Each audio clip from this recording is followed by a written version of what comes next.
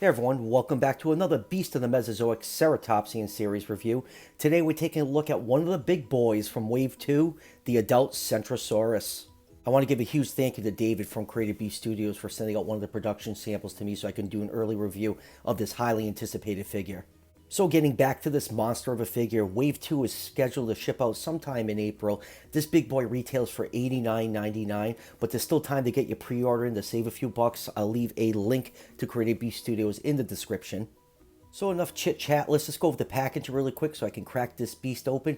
Comes in this beautiful window style package and showing the Centrosaurus off in all its glory. Got some beautiful artwork on the sleeve right here. Let me just zoom in on that. You got the Beast of the Mesozoic logo decked out in metallic red, and then turn the box over to the side.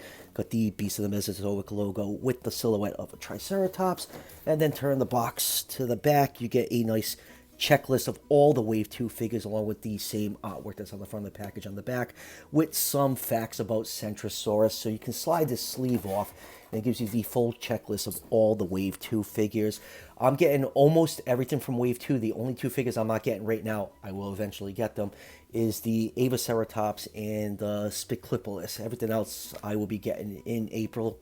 So enough about the packaging. Let's crack this thing open and take a closer look. So let's start with a nice 360-degree view of this beautiful Centrosaurus. And oh my, I am in love. This thing is incredible. I'm just blown away by the size of this figure. And I can't believe we're getting even larger figures in Wave 3 with the Torosaurus and Triceratops. And man, those Tyrannosaur figures are also going to be huge. And I am loving every second of it. I just love big dinosaur figures. And this toy is just great. Now the color scheme on this figure, just like most of the figures in the Ceratopsian series, are based off real life reptiles and amphibians. The Centrosaurus is based off the blue crested lizard. I think this color scheme really works on this dinosaur. You have a lot of different shades of green and blue all over the figure, and the paint scheme on this figure is immaculate. There's no sloppy paint on here at all. This is pretty much a perfect copy. Love that white stripe running down the side of the figure. Just adds some nice contrast to it, and the detail on the horns is also fantastic. You have some nice dry brush on there to bring out all that beautiful detail. I just love the scale texture on this figure, and it's a heavy figure too. When you get this thing out of the box, it definitely has some weight to it, and just I'm just blown away by it. So let's get this guy off the turntable and take a closer look.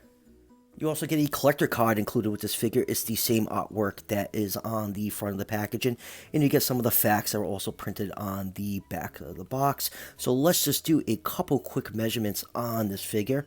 So this big figure is 16 inches long from the tip of the beak to the tip of the tail, and just under 7.5 inches tall to the top of the frill. So Centrosaurus in real life was 18 feet long. So with those measurements, that'll put this figure just over the 113 scale range. Now the line's supposed to be 118 scale, and I always knew this figure was not going to scale to 118 scale with the measurements that David posted online. And that doesn't bother me. Centrosaurus is such a well-known ceratopsian, and no dinosaur companies ever want to make figures of this species for whatever reason. So I'm just happy that we have a Centrosaurus figure. The scale is not bugging me at all. But if you go on the back of the card, they have it listed at 19.7 feet long. So with that measurement, that'll put this figure closer to that 115 scale range, still not within that 118 scale. So yeah, the Centrosaurus is going to look a little big with some of the figures in this line. Personally, it doesn't bother me, but I know some of you scale fanatics, that might be an issue. So let's zoom in and take a closer look at some of the finer details on this figure, starting with this beautiful head sculpt. This is a perfect profile of a Centrosaurus. The nose horn is curved forward. You have some nice dry brush on there to bring out all that texture and detail. Same thing with the little horns above the eye. The eye is painted orange with a black pupil. You can see the nostril sculpted in right here. The beak is the same color as the horns. You got some nice scale detail all over the head of this figure. A lot of nice scale variation. You got a nice row of large scales right here. And then turn the figure from the front. You can see that beautiful white along the frill. The horns on the top of the frill have that nice dry brush and bring out all that beautiful texture. They have a little bit of a give to them, so you have to worry about these snapping off. And then you have all this beautiful paintwork on this figure. Just absolutely love that white stripe along the eye. You get some blues and greens, lots of different shades of greens. You have some nice brown wash bringing out all that scale texture. You can see it right here on the bottom jaw. Just really excellent paintwork on this figure. It gives these figures a very premium feel with all these different colors that are used. And then going down to the neck, you can see that white stripe continuing all the way down over the shoulders, going down to pretty much the tip of the tail.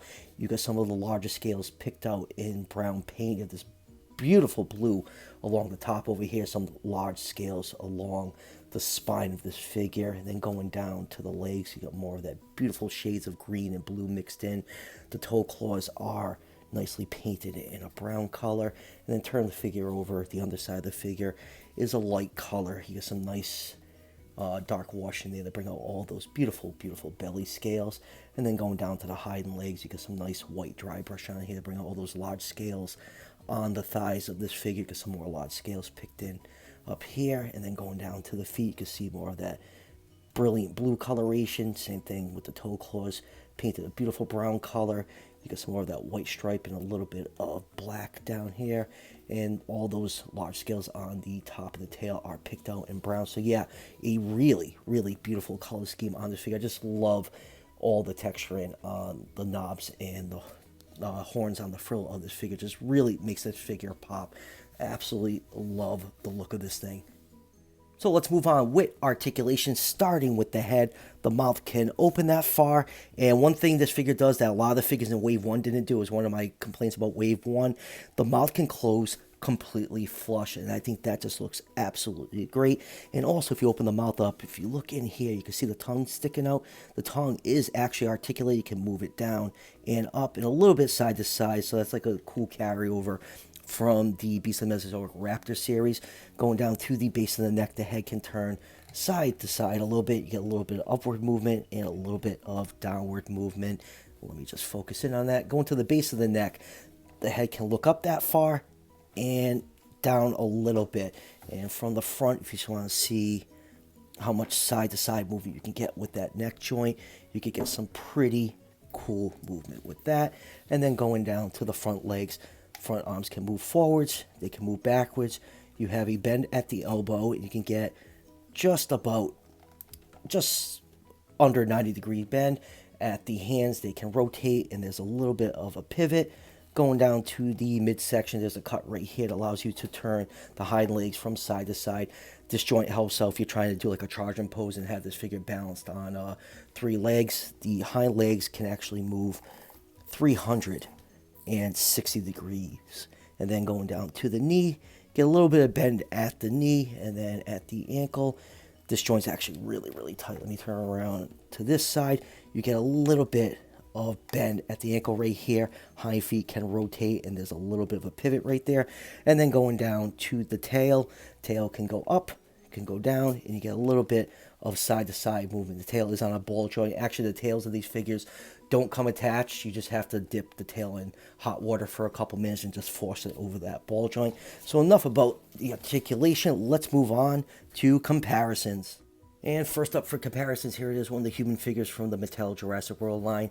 Here it is with John Hammond. You can see the Centrosaurus absolutely dwarfs this figure. Some of these 3 3/4 figures do scale pretty well with some of the figures in this line. Not so much with the Centrosaurus.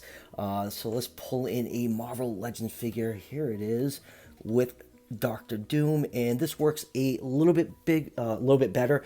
Dr. Doom is still just a little too big to scale with the Centrosaurus, but it gives you kind of a rough idea of how big Centrosaurus is in real life. And next up, this Centrosaurus isn't the only Centrosaurus in the line. We actually got some juveniles in Wave 1. Here it is with the brown juvenile, and here it is with the Monoclonius. It's still a Centrosaurus. So, with these 3 figures, you have a nice family group going on, and I think that is just absolutely great. David said there is a possibility that later on that this Centrosaurus figure, the adult, could be repainted into the brown coloration. And if that happens, I'm definitely buying one, because I'd like to have a nice little herd of these dinosaurs going on my shelf. And next up, here it is with a classic. Here it is with the Papo Green stand-in T-Rex. You can see the Centrosaurus is taller than this Papo Rex. And for another T-Rex figure, here it is with the PNSO Tyrannosaurus Rex. You can see it just absolutely dwarfs this figure. And next up, here it is with another large figure in my collection. Here it is with the Namu Giganotosaurus, and the Centrosaurus is just a hair taller than this Giganotosaurus. It's just the camera perspective is just throwing that off a little. And here it is with a Triceratops figure. Here it is with my recently reviewed Eofauna Triceratops. It just looks so tiny next to this thing. And next up, here it is with the PNSO Triceratops, and this makes the big PNSO Triceratops figure look small, and I just can't even like fathom to think what the adult Triceratops and Torosaurus figure will look like in hand. They're gonna make this figure look even smaller. And lastly, here it is with some of the other figures from Wave 1. Oh man, this is such a big figure. I have to like kind of rearrange the studio a little bit.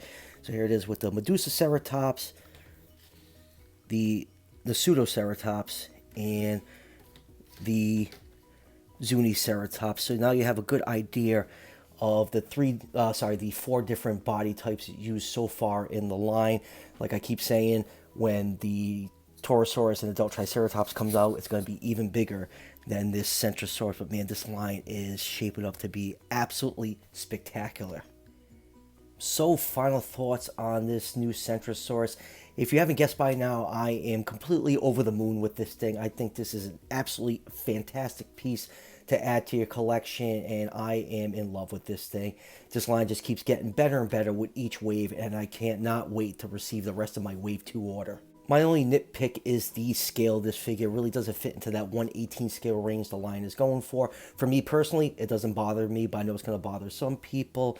But other than that, it's absolutely great. I just love articulated dinosaur figures. These things are large, they're heavy duty, they just have a great feel to them. The paintwork is fantastic. What more can you want? These things are just a blast to play with.